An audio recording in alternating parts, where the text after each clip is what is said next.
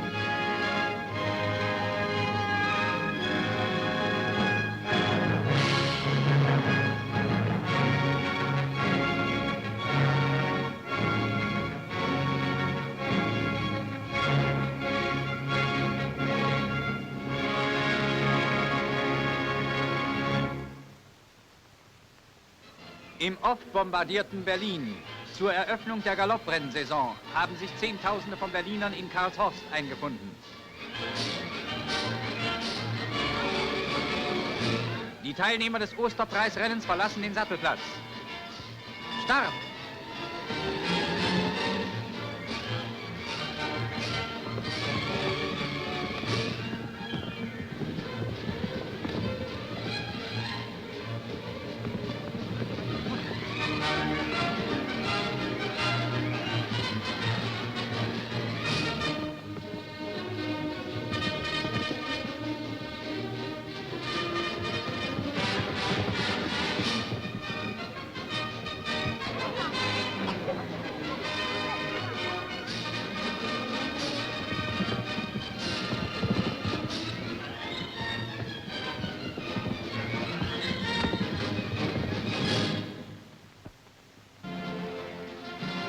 In diesem Jahrzehnt ist der Rundfunk zum weltweiten Künder des politischen Wortes geworden. Im Zeitraum eines Gedankens spricht eine einzige Stimme Millionen von Menschen an. Am Freitagabend jeder Woche verließ der Chefsprecher des Großdeutschen Rundfunks, Dr. Rau, den in der ganzen Welt und vor allem in Deutschland mit Spannung erwarteten und stark beachteten Aufsatz von Reichsminister Dr. Goebbels aus der neuesten Nummer der Wochenschrift Das Reich. Je länger wir auf die große Stunde der Erlösung warten und dafür kämpfen und arbeiten müssen, desto größer wird einmal der Sieg sein, den wir erringen. Die Ruinen in unseren Städten sind für uns alle eine Mahnung, auch für die, die von den Schrecken des feindlichen Luftterrors noch verschont geblieben sind. Wenn selbst in den Mauerresten unserer zerstörten Stadtteile das Leben weitergeht, so zeugt diese Tatsache von der vitalen Daseinskraft eines Volkes, das auch das Schlimmste zu ertragen bereit ist, um seine Freiheit zu erhalten. Diese Freiheit ist unser höchstes Gut. Ihr werden wir in den Stürmen dieses Krieges treu und unbeirrt dienen und folgen wie einem guten Stern, der durch die dunkle Nacht strahlt, um dem nahenden Tag den Weg zu weisen. In einer Zeche des Ruhrgebietes unterzieht sich der Nachwuchs für den Bergbau den Prüfungen des Kriegsberufswettkampfes der deutschen Jugend.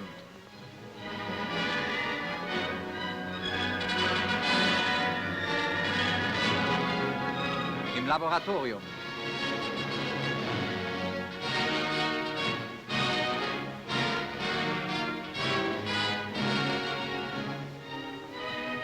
Beim Stollenbau im Schacht.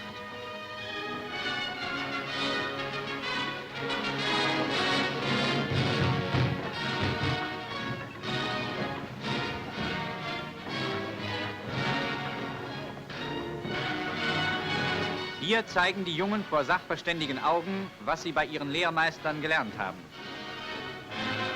Die Arbeiten werden geprüft und sind für gut befunden worden. Die Jungen erhalten ihre Urkunden.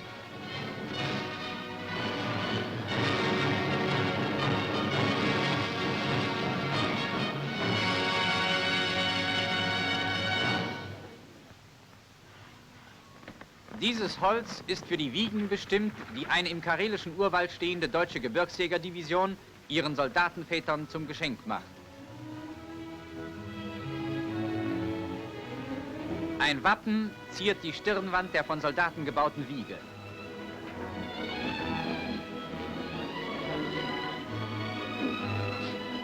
Oberjäger Schmetzer ist der erste Mann der Division, der dieses schöne Geschenk für seinen Fritz mit in den Heimaturlaub nehmen kann. Sein General überreicht ihm die Wiege.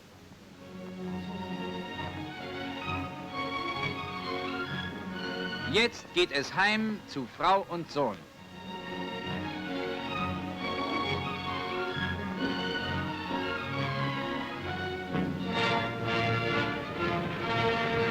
Das Geschenk der Division ist der Gesprächsstoff im Urlauberzug. Heimatliches Land.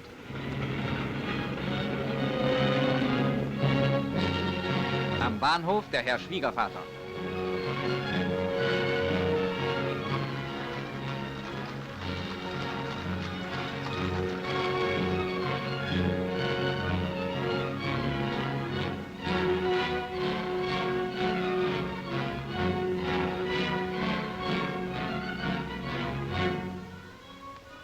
Schmetzer Junior in der ersten Patenwiege der Division.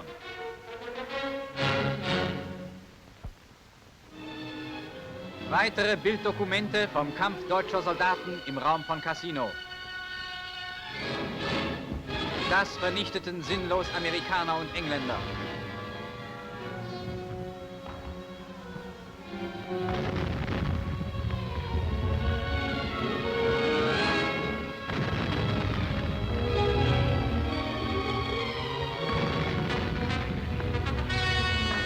Kraterfelder vor Cassino.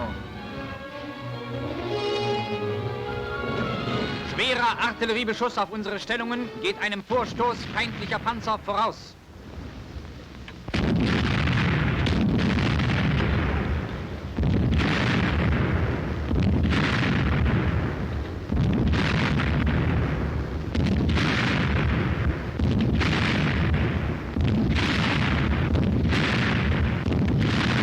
Plötzlich brechen 9 Feindpanzer gegen die Bergstraße vor.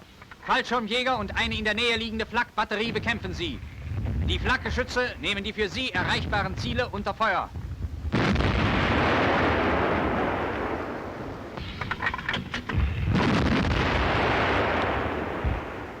Fallschirmjäger gehen vor, um die anderen Panzer im Nahkampf zu erledigen. Der Kriegsberichter der Fallschirmtruppe hat sich mit einigen Kameraden einem der schweren Feindpanzer bis auf wenige Meter genähert.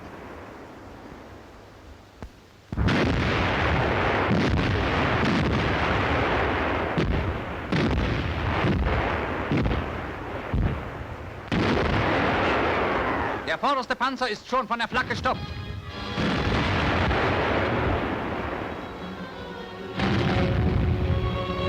Zwei, die von Fallschirmjägern im Nahkampf erledigt wurden. Hier der dritte. Der vierte. Der fünfte, der ebenfalls einen Volltreffer erhielt.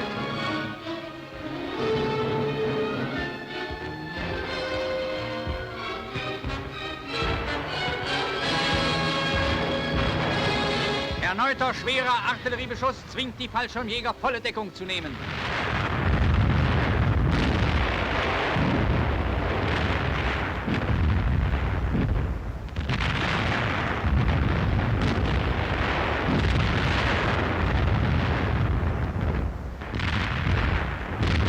Durch Schießen von Nebelgranaten wollen die Gegner ihren restlichen Panzern den Rückweg ermöglichen.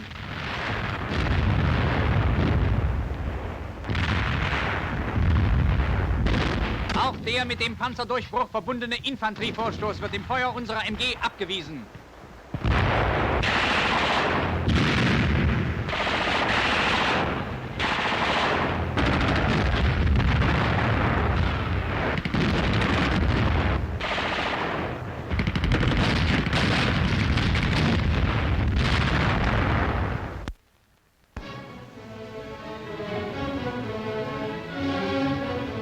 Der Gigant hat es ermöglicht, große Truppenmengen und Nachschub innerhalb kürzester Zeit über weite Entfernungen zu den Brennpunkten der Kämpfe zu tragen.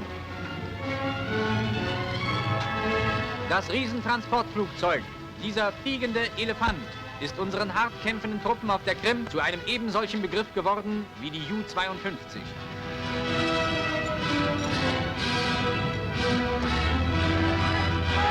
Schwere Motore, Autos und Geschütze verschwinden in dem Riesenleib.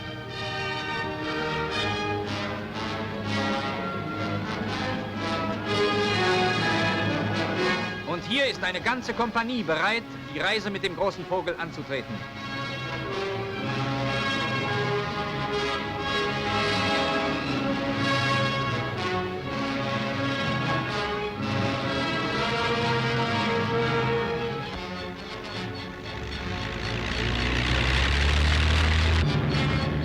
Wie ein fliegender Tausendfüßler hebt sich der Gigant leicht in die Luft.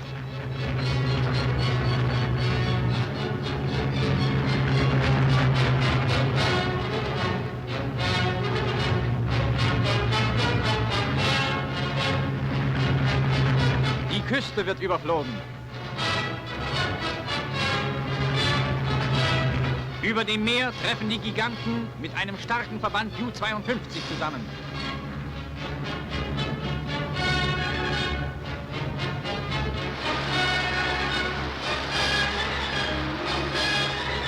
Geleitzüge der Kriegsmarine bringen Nachschub für die Krimkämpfer.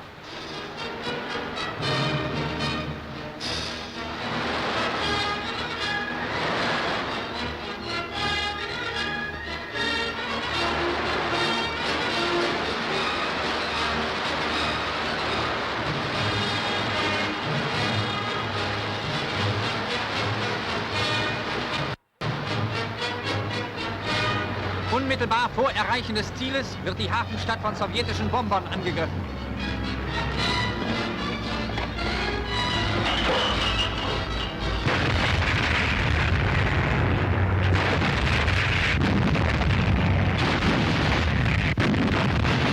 Treffer in einem Benzinlager.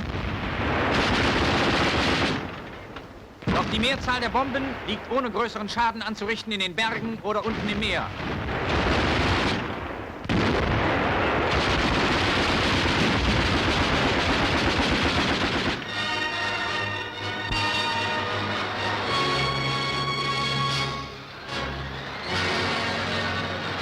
Ohne Verluste hat der Geleitzug seinen Bestimmungsort erreicht.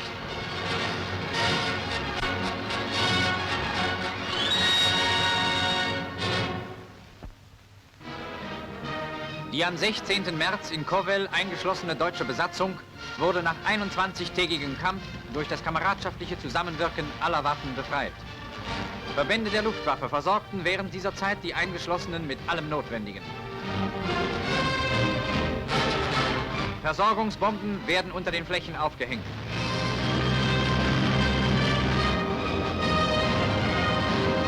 Auf dem Flug nach Kovel.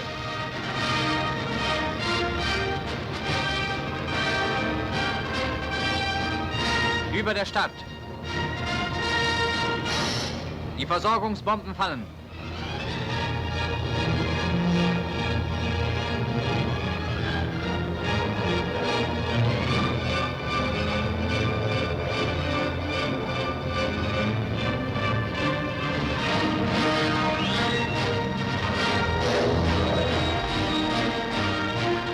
Diesmal sind Granaten mitgekommen. In der Stadt Kovel.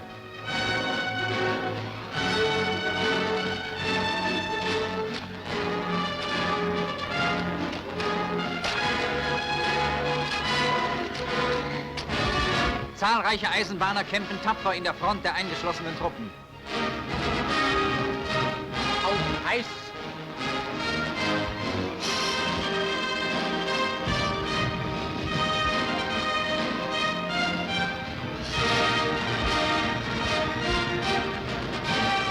Schützenlöcher in den Bahnanlagen.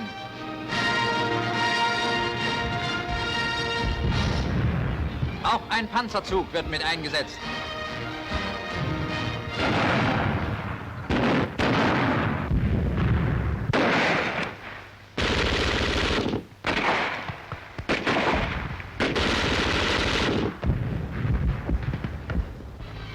Unter schwierigsten Wetterbedingungen haben sich inzwischen Panzer und Panzergrenadiere mit Unterstützung von Verbänden der Waffen-SS an die eingeschlossene Stadt herangekämpft mit dem Ziel, den Ring zu sprengen. Feindliche Tiefflieger.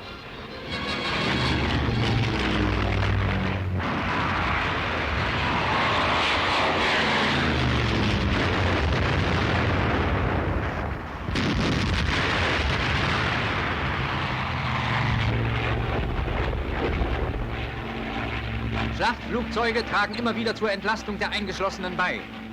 Ein Verband von Ju-87 im Sturzangriff auf die Feindstellungen um Kowel.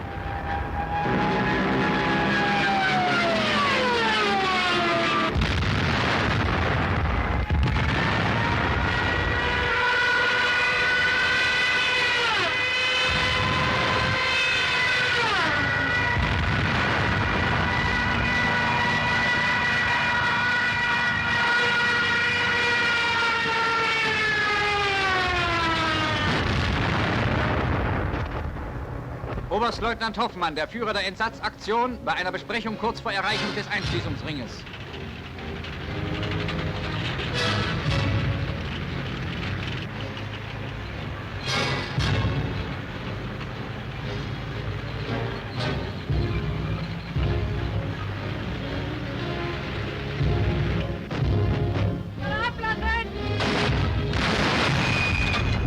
In schweren Kämpfen bahnen unsere Panzer den Grenadieren und SS-Männern den Weg zur Befreiung der Kameraden.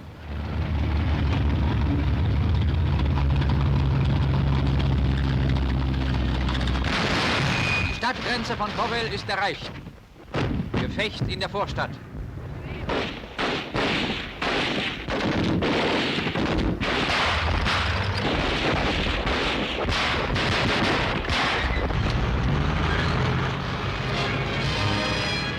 Panzer und Grenadiere kämpfen die Straßen frei.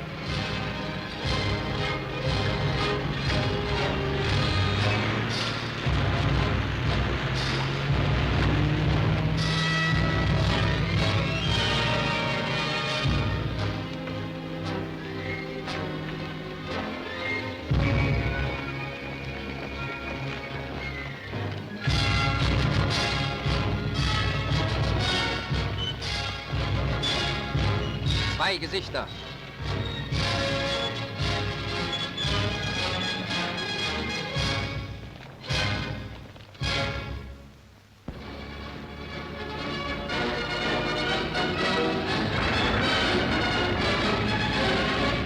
Am 5. April ist die Vereinigung gelungen.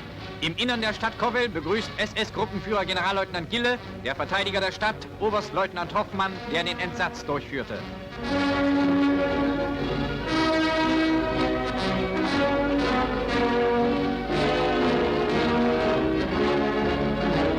Gespräche nach dem Kampf.